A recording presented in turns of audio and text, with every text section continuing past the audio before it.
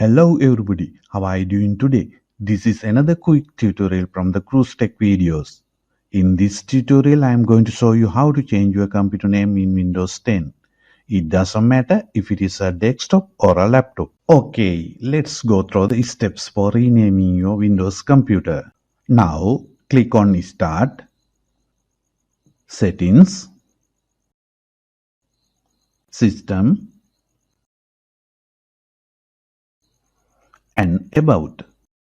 Under the device specifications, this is the name of my computer.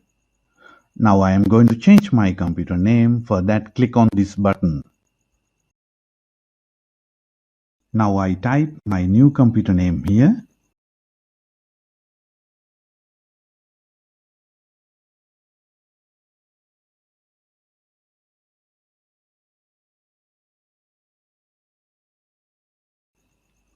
And click Next. Finally, you can click on one of them. Your PC name will change when you restart your computer. That's all. Thanks for watching this video.